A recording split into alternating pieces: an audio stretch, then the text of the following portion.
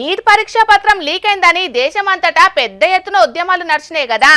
ఇక పరీక్ష మళ్ళా పెట్టేటందుకు రంగం సిద్ధమవుతున్నది. కానీ దానికంటే ముందుగాల సెంటర్ సర్కారు ఓ పెద్ద నిర్ణయమే తీసుకున్నది. మరి ఆ నిర్ణయం ఏంది? ఈ పారన్న పరీక్షను ఏ తక్లీఫ్లు లేకుండా పెడతారా ఏం కథ అనేది పురాగార్చుకుందాం పాండ్రోల్లా. జూన్ 21 తారీఖు నాడు నీట్ రీ ఎగ్జామ్ పెడుతున్నారు. మళ్ళా ఈ పరీక్షకు ముందుగాల సెంటర్ సర్కారు టెలిగ్రామ్ యాప్ ను కట్టడి చేసిందుల్లో మన దేశంలో జూన్ 22 తారీఖు దాకా టెలిగ్రామ్ యాప్ పనిచేయకుండా చేసింది.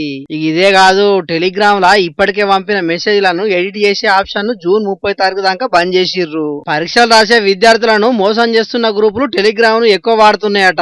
అందుకే ఇప్పుడు ఈ నిర్ణయం తీసుకున్నామని నీట్ పరీక్ష పెడుతున్న నేషనల్ టెస్టింగ్ ఏజెన్సీ చెప్తున్నది. అధికారుల నిర్ణయాలు ఎట్లున్నా ఎలుకల బాధకు ఇల్లు తలగబెట్టుకున్నట్టే ఉన్నది. సెంట్రల్ సర్కార్ తీసుకున్న నిర్ణయం అనుకుంటా చాలా మంది గరానికి వస్తున్నారు. ప్రశ్నపత్రాలు లీక్ కాకుండా కఠిన చర్యలు తీసుకోవాలి గాని టెలిగ్రామ్ నిషేధిస్తాం, ఇంకో యాప్ నిషేధిస్తాం అంటే ఎట్లా? అసలుకు పేపర్ ను ఎవరు లీక్ చేస్తున్నారు, ఎక్కడ లీక్ అవుతుంది, దాన్ని వేరేటోళ్ళకి ఎట్లా చేరవేస్తున్నారు అనే దాని మీద గట్టి నిఘా పెట్టాలి గాని ఇట్లా యాప్లను నిషేధించినంత మాత్రాన లీకులు కావన్న గ్యారంటీ ఏమన్నా ఉన్నదా అని విద్యార్థుల తల్లిదండ్రులు కూడా గరానికి వస్తున్నారు. కొన్ని పరీక్షలు పెట్టినప్పుడు అయితే పెయ్యి మీద ఉన్న బంగారు ఆభరణాలన్నీ దిగిస్తున్నారు. గదేం పద్ధతి పాడువాడ. పరీక్షలను పకడ్బందీగా పెట్టడానికి అన్ని తీర్ల చర్యలు తీసుకోవాలి. పేపర్ లీక్ కాకుండా చూసుకోవాలి.